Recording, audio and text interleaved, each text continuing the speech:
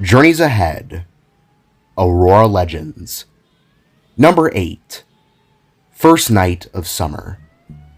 Written and narrated by T.S. Pro Art.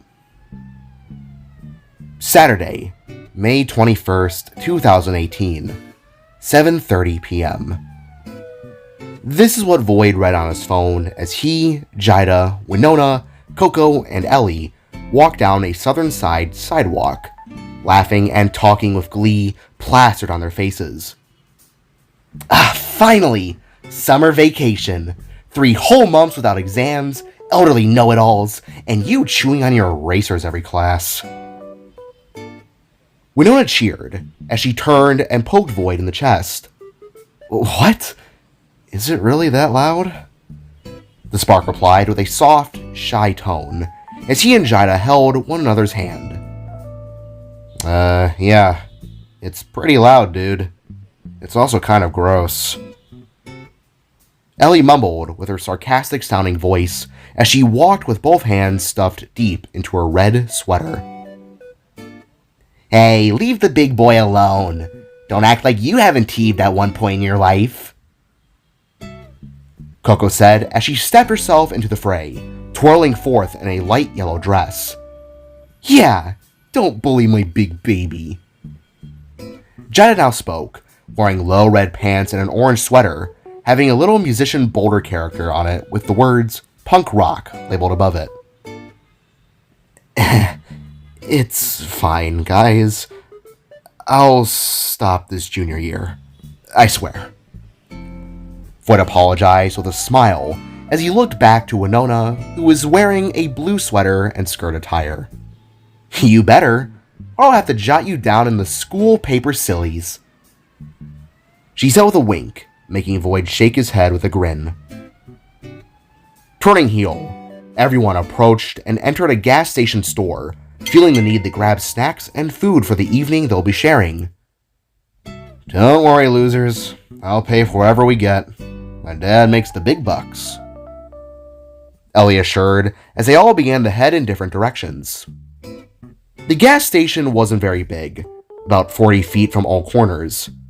The lights above were a yellow-shaded set of fluorescents, with one buzzing on and off near the back.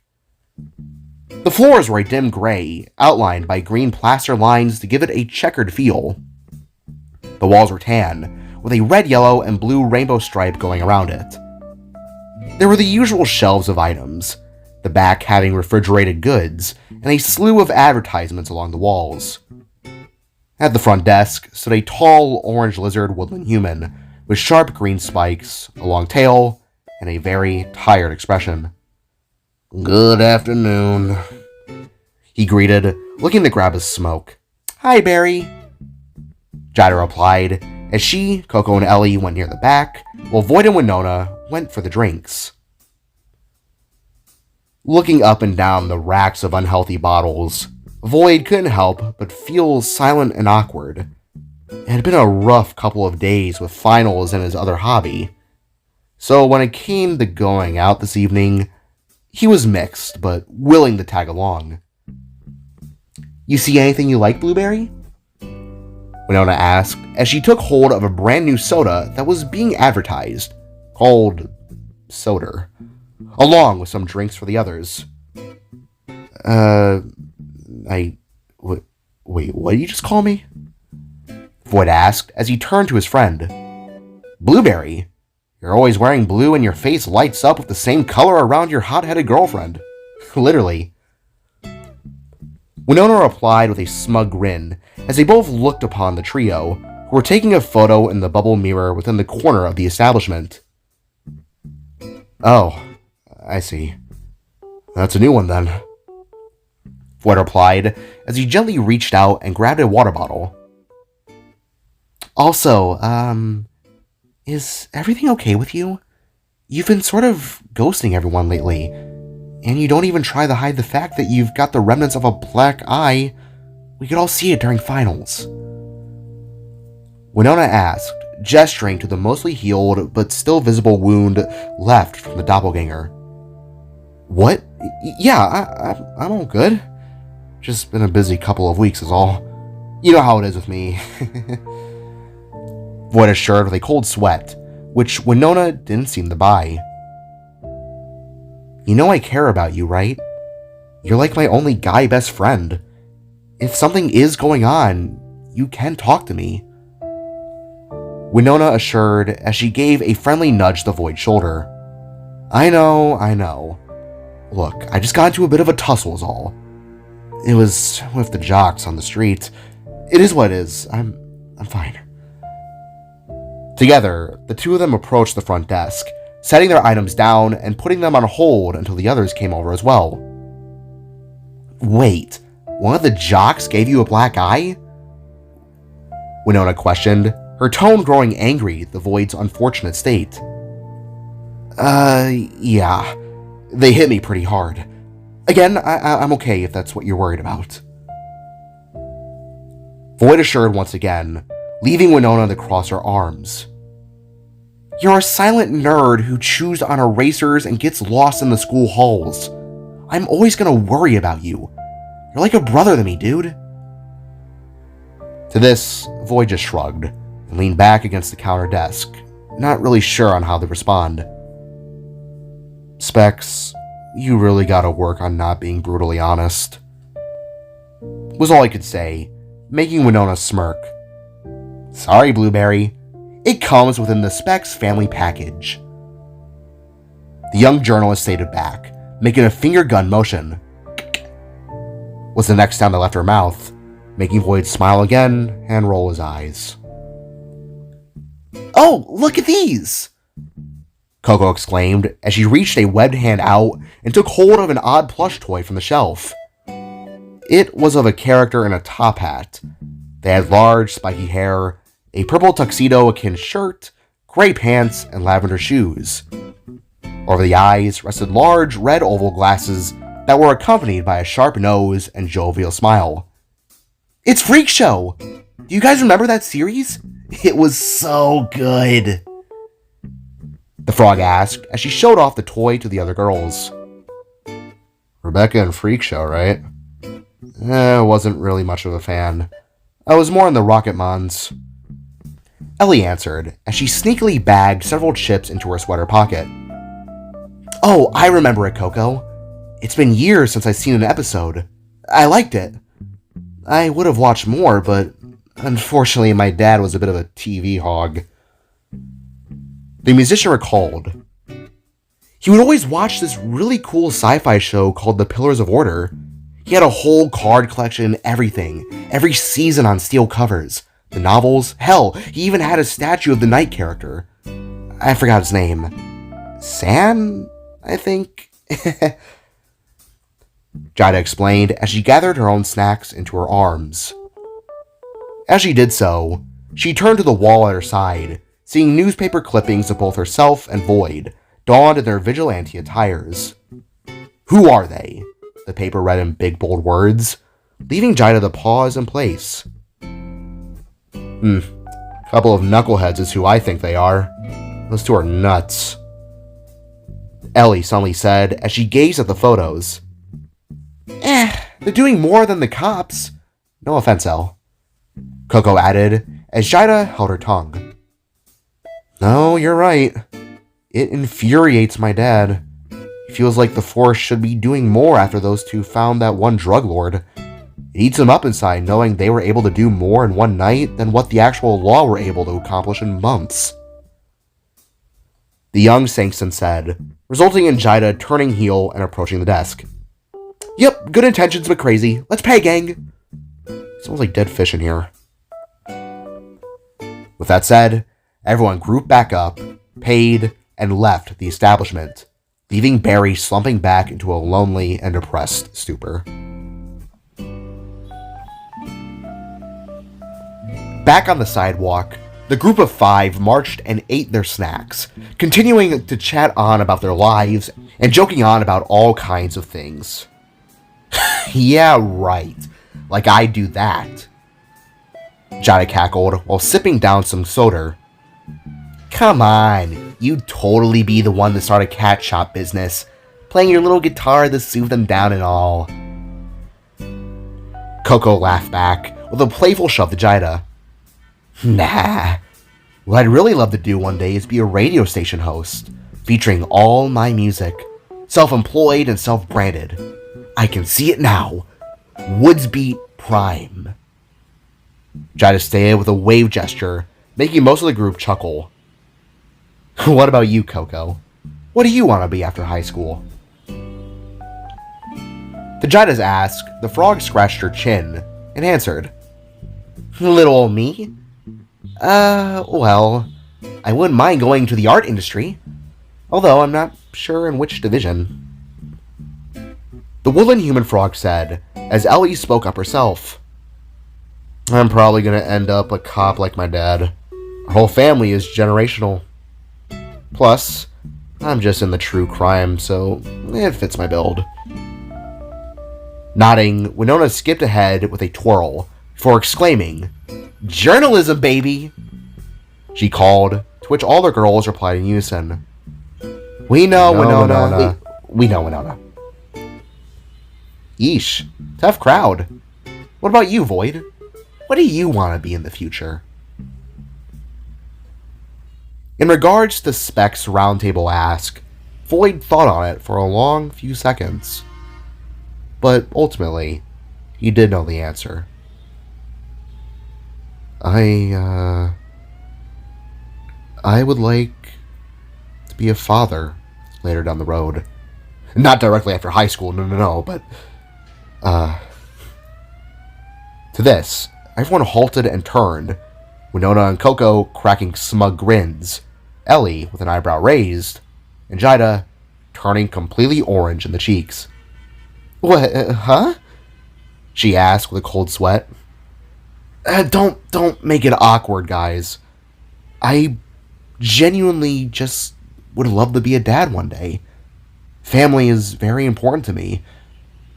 I just wouldn't mind rekindling it in the future and rebuilding what I lost. Voyd said as he stuffed his hands into his pockets. Rebuild what you lost? Coco asked with curiosity, causing Voyd to fall silent in thought. Well, he stuttered, realizing he let something slip, something deep-rooted. He went on in a cold sweat before finding an answer, which in a way was the honest truth. Okay, look. My mom and dad, me and Jaida have been lying to you all. They died when I was very young. Nock and Jaida took me in a few years after, and our relationship formed from there. Voyd gently explained as he slowly held on to Jaida's hand again. Wait, what? Ellie asked, her sarcastic tone following the disbelief. Voyd, you lost your mom and dad? Coco stuttered, as her large eyes fell to sorrow. Voyd, I'm so sorry. Winona apologized, but before Voyd could continue, he and the rest suddenly stumbled to the side as several police cars drove past them, their sirens all blaring with a deafening wail. We have an active shooter on 9887 West Almond Street. Repeat, we have an active shooter on 9887 West Almond Street. As the cries of screeching tires faded, Voyd and the rest stared in awe, wondering what had been happening. It would seem Voyd was the only one who had heard what the cops said. Excuse me, I need to use the bathroom. I'll just run back to the gas station. Voyd said as he began to back off, giving Jaida a knowing glance and mouthing the words, Stay here. Wait, Voyd, it's okay. We understand. If it makes you feel any better, I lost my mom during... Before Winona could finish, Voyd had turned heel and disappeared down an alley, leaving the girls standing together in silence. Damn, now I feel bad, Coco mumbled as Ellie patted her shoulder. Hey, maybe he just really has to piss. I'm sure it's alright. The young Saxon assured, as Winona turned her sights to where the cop cars had gone. Sorry guys. We didn't know how to bring it up properly. It's a really touchy subject for him. It's why he's so quiet, so weird, I guess. He was on his own for so long and didn't really have time to... You get what I'm trying to say. Jaida tried to explain on Voyd's behalf, but as she looked up, she took note that Winona was now suddenly gone too. Winona... Ellie barked, taking note of their second friend's absence.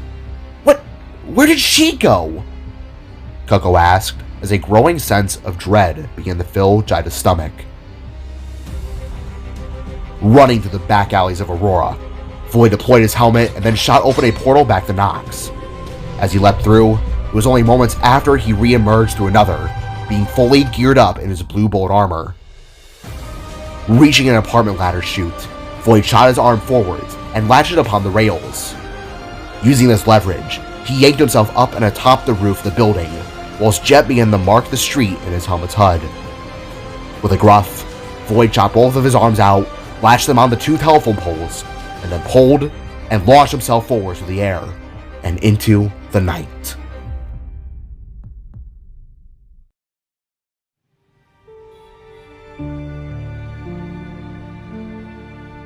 Soaring down to the street of chaos, Voyd folded his wings back, seeing a plethora of smoke engulfing everything as far as the spark's eye could see. Below, you could hear screaming, panic. What was going on, he thought? What happened? Were the words that rang inside as he descended down to the street. Instantly, Voyd activated his helmet's thermal vision, but the smoke, it was too much, clouding everything before him. However, Voyd could now tell that this had been caused from some kind of smoke grenade, for he stumbled over it mid-stride. Hello? Is anybody hurt? The spark called with worry, before stumbling again. Looking down, he gasped in dismay to what he saw, for the body of a skinny bullhorn lay as dead as a doornail, his blood soaking the pavement in a dark puddle. No. Oh no, no, no, no! Voyd stuttered as he noticed more victims, all with clean-cut bullet wounds, or what Voyd could now tell to be small knives, puncturing their vitals. By Matira, who the hell did this? Voyd asked in dread, feeling drawn back to the fall of his world, seeing the slain bodies of his fellow sparks, now humans of all types, bullhorns, flipsides, woodlands. This wasn't just a shooting. It was a massacre. Help. Help me. A lowly voice called, making Voyd turn, only to see a middle-aged woodland human, a beaver type, sitting injured against a diner's wall. Hey, it's okay. I'm here, Voyd assured as he leapt over and knelt beside the man, noticing a large knife in the side of his arm. Don't worry, sir. Police are on the way. What happened here? Voyd asked as he carefully removed the weapon and began to patch the man's wounds. I don't know. One moment, everyone was dining. The next, smoke, gunshots, screaming. Oh, Jesus, the screaming. The beaver said in a panic as Voyd wrapped some bandages around his arm, ones he had stored in his arm hatch. Okay, where's the shooter now? Where did they go? He asked, only the gasp as the feeling of a bullet hitting the back of his helmet was heard.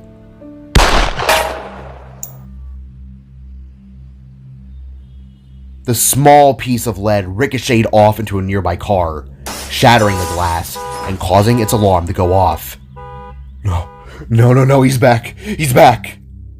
The beaver cried as Voyd stood up with clenched fist. Hey! He gasped with stress as a figure began to slowly march their way in from the smoke that was illuminated by dim yellow lampposts. What emerged took Voyd aback. He had been expecting some thug or perhaps a deranged kid even. But instead, he saw two beady, blood-red glowing eyes connected to a body that screamed of a militaristic origin. It was a masked man, one that Voyd couldn't discern. They wore a battle-sustained light beige tan-colored armored chest piece. This plate matched their shoulder guards and lower arms, which had a slightly chiseled texture appearance, even with old bullet hole marks. Dark, bluish-gray, navy-colored armored pants and boots was dawned upon the figure as well, with similar textures one would see on a soldier's uniform. The armor appeared to have a various set of attachments, including what looked like straps, pouches, and reinforced sections.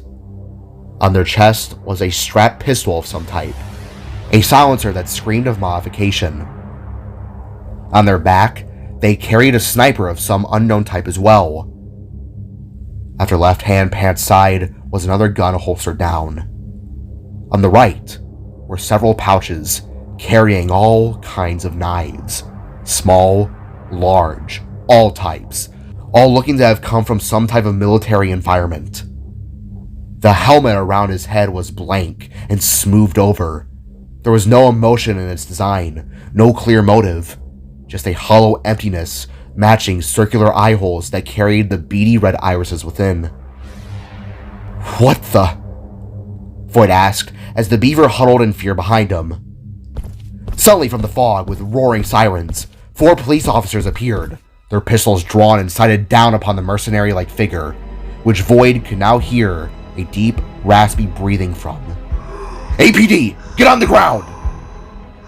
An officer shouted, but before another word could be said, the figure clad in armor reached into his knife pocket and spun. With his momentum, Voyd watched in horror as 4 knives were thrown, each one striking an officer in the throat and head, instantly killing them. "No!" Voyd shouted in dismay, sparking the enemy to turn back forwards, pull out their silencer, and take a shot directly at the bullet. Reacting on instinct, Voyd summoned an overrune and deflected the shot, sending it back at the monster's head. With a loud clang, the enemy recoiled, but remained standing. With a dent now in their helmet, the masked killer glared back at Voyd, their eyes burning with rage. "Who the hell are you? Why? Why?" Voyd screamed as the man behind him got up to scurry away.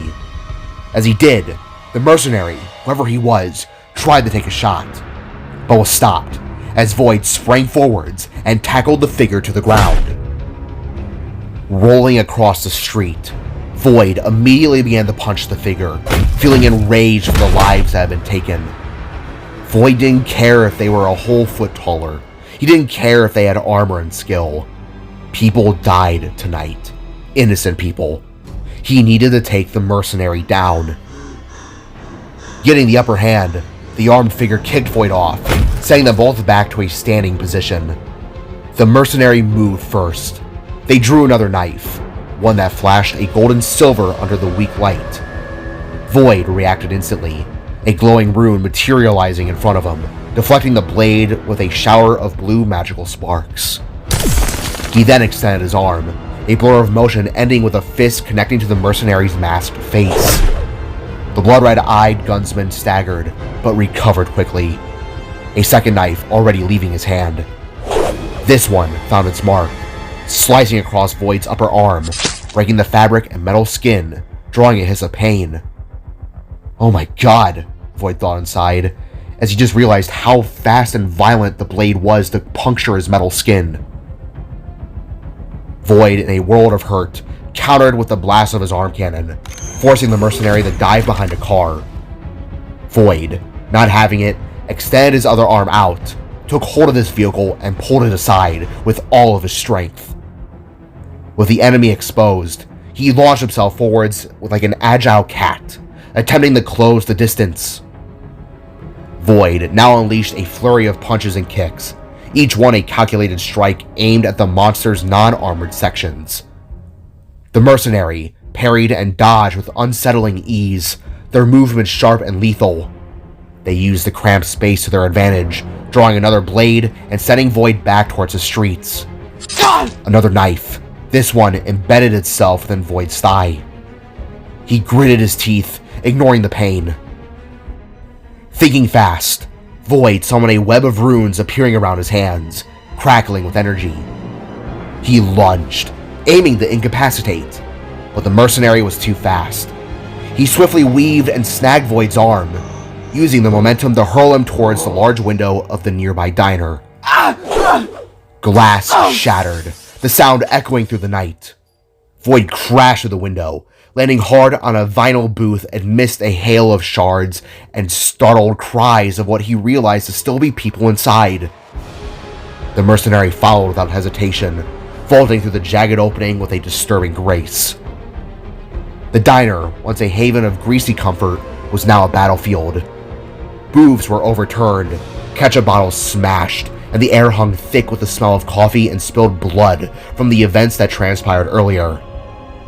Voyd struggled to his feet, his movements hampered by the knife in his thigh and the growing number of cuts adorning his body.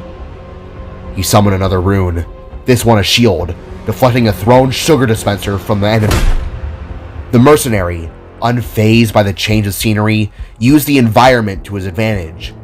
He kicked over a table, creating a temporary barrier, and hurled silverware as makeshift projectiles. Voyd retaliated with blasts from his arm cannon, sending splinters flying and shattering more of the already ravaged diner. Despite his agility and magical abilities, Voyd was clearly finding himself outmatched. The mercenary was clearly a master of close-quarters combat, his movements precise and devastating. A well-placed kick sent Voyd sprawling. Before he could recover, the mercenary was on him. With a hard slam, the Spark was headbutted, then grabbed by the horns. With a whirl, the Spark felt the back of his head get snagged, resulting in him being smashed face first into a table. The Spark cried, noticing a crack forming on his mom's battle helmet. With a hurl, the gunsman threw Voyd to the ground, making him weakly stand back up, for the cries of hiding civilians made his spine shiver. Voyd, with a tense breath, retaliated, his movements a blur of practiced agility. He slammed his fist into the mercenary's jawplate, the impact echoing in the diner. The mercenary staggered, but his eyes remained cold, focused, his breathing a haunting croak. Quickly, Voyd swiped a nearby display case of pies off the counter, setting glass and pastry scattering across the floor before the stumbling figure's path that only stopped them for a few seconds. With another flash of movement, the enemy spun, and Voyd felt a searing pain in his right arm. He looked over to see a knife buried deep. He gritted his teeth again, yanking it free, the metal slick with his own blood. He ignored the pain, focusing on the bigger threat. This wasn't just about him. Innocent lives were at stake. He now saw the mercenary eyeing a young waitress cowering behind the counter. Quickly, Voyd lunged forwards, his arm extending and lashing out. With it, he snagged the waitress, a winter white flipside, pulling her to safety behind him. He then opened his chest hatch and conjured a barrage of energy missiles, sending them at the enemy. The diner erupted into a cacophony of explosions and shattered glass from this attack, but Voyd was running out of options. The mercenary was relentless. He used the chaotic environment to his advantage, disappearing behind overturned tables and dodging behind booths. Every movement seemed calculated, every attack precise. Knives flew, finding a home on Voyd's arms, legs, torso, and back, each one bringing a fresh wave of pain. Voyd fired his arm cannons, the blast punching holes in the walls and ceiling. He tried to anticipate the mercenary's next move, but they were a ghost, materializing and vanishing with unsettling speed. A scream then pierced the air. Voyd glanced over his shoulder, his heart sinking. An elderly man was struck down by a flying knife, along with a woman by his side. They now laid motionless on the floor. Voyd hadn't been fast enough. Guilt mixed with adrenaline, fueling Voyd's fury. He channeled his anger into another rune, this one encasing his fist in crackling energy. He lunged, connecting with the mercenary's chest. The rune detonated with sparks, sending the mercenary flying across the diner and crashing into the gentle, cabin-like aesthetic wall. Before Voyd could continue, The man with a gun was on his feet. He grabbed a handful of silverware from a nearby table, flinging forks and spoons like deadly projectiles. Voyd deflected most with his augmented arms, but one slipped past, a fork embedding itself into his knee. Why are you doing this? Stop! The spark's vision swam, and his movements grew sluggish. The enemy, sensing the shift in momentum, capitalized. With a final brutal shove, he sent Voyd hurtling backwards. Voyd crashed the open window sector that led into the kitchen, landing hard amongst the clatter of pots and pans. The mercenary, breathing ragged and menacing, followed him in, the raspy sound a possible promise of death.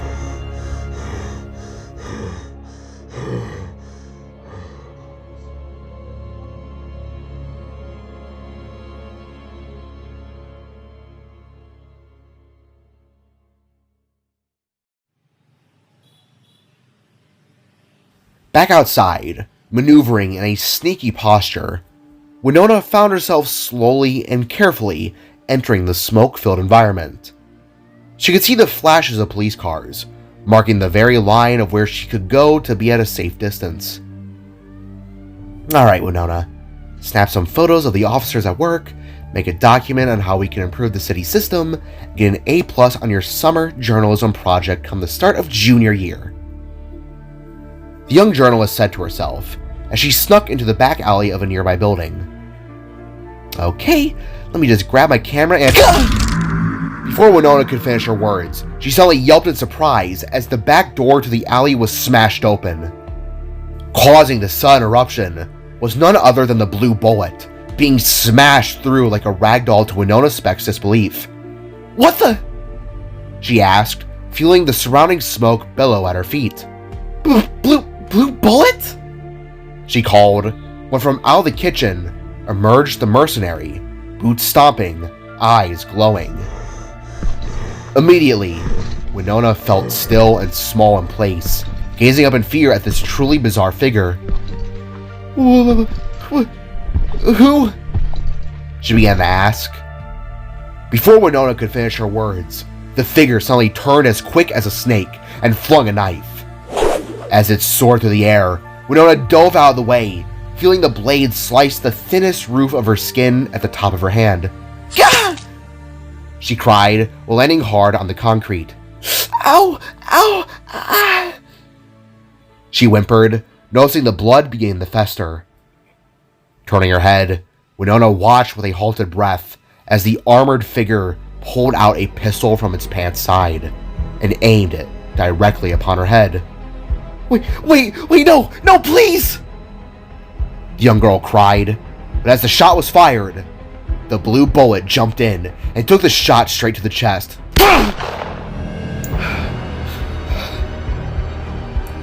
Voyd grunted from the impact, feeling the bullet break through the armor. Blue bullet! Winona gasped in awe, being right behind the hero she admired. With a weak gruff, Voyd shakily snagged the bullet lodged in his armor and pulled it out with a small drop. Voyd now had even more knives lodged into his body, making him look almost akin to a porcupine. Blue blood seeped down his arms and legs, but didn't matter, not until the fight was over. Cocking the weapon back, the enemy prepared the fire again, no hesitation to back down. Yet, before that could happen, not one, not two, not three, but 4 sets of tasers shot out from the smoky shadows and struck the mercenary in the back of his head.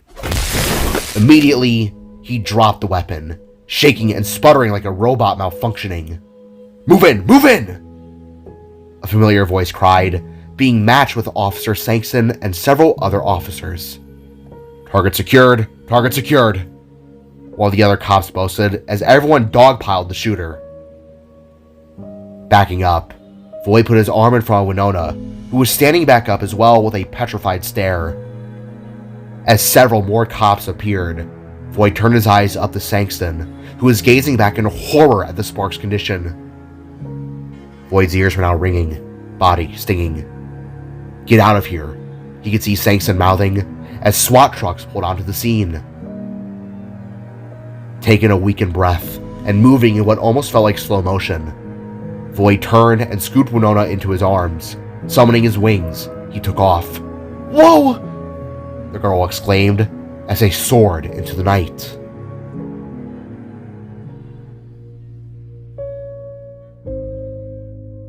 With his angelic wings beginning to fade, Voyd flew down and landed upon the same rooftop he had launched himself from earlier. With grunts and searing pain, he gently put Winona down, who stumbled forwards on wobbly legs. Oh my god, oh my god. She gasped with a turn, seeing her hero kneeling and dropping with blue blood spilling. Winona was in a state of shock. She didn't know how to react, to respond. All she could do was watch. Are you okay? Voyd asked with a tired breath as he slowly stood back to his feet, revealing the horrific amount of knives that were stuck in his body. Are you serious? I should be asking you that! Winona cried as she covered her mouth. Oh my god, you're stuck with so many knives! She added, as Voyd took a nice long look at himself. He looked as if he had come straight out of a horror film. Yeah, I've noticed. Voyd stuttered as his tough demeanor began to break. There's a ladder behind you. Use it to get home. Use it to get to safety. Voyd gruffed, feeling tears beginning to spill down his cheeks. What? No! I can't just leave you like this! I have friends down there that could... Winona rambled, but Voyd already turned and began to leave in hobbling steps. Go! Now! Get out of here, Specs! Just go! Go! The spark cried as he summoned his wings again and began to fly away. Wait! Winona called with a reaching hand, the same hand that was now slowly starting to scab over from the attack. Yet, as she stared on at the bullet, she suddenly halted and thought for a long second. Specs? She thought to herself, looking from her hand and then back up to the fading figure. Winona then had a passing thought, one that she felt to be too crazy even for herself. He called me Specs. That's what... Wait... Voyd? She gently asked herself, completely feeling taken aback by the words that left her mouth. Crashing into an alleyway that had no life in sight, Voyd rolled and landed hard against a trash can. Slowly getting back upright, the spark reached up and shakily ripped off his helmet, proceeding to throw it to the side without so much as a care. Slumping his back against the metal cylinder, Voyd sniffled and wept in agony as he began to pull each knife out of his body. Heal. Heal. He told himself as each blade clattered to the floor.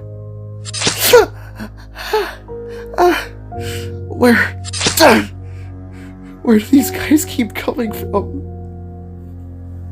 The spark whimpered as at last he freed himself of the final knife.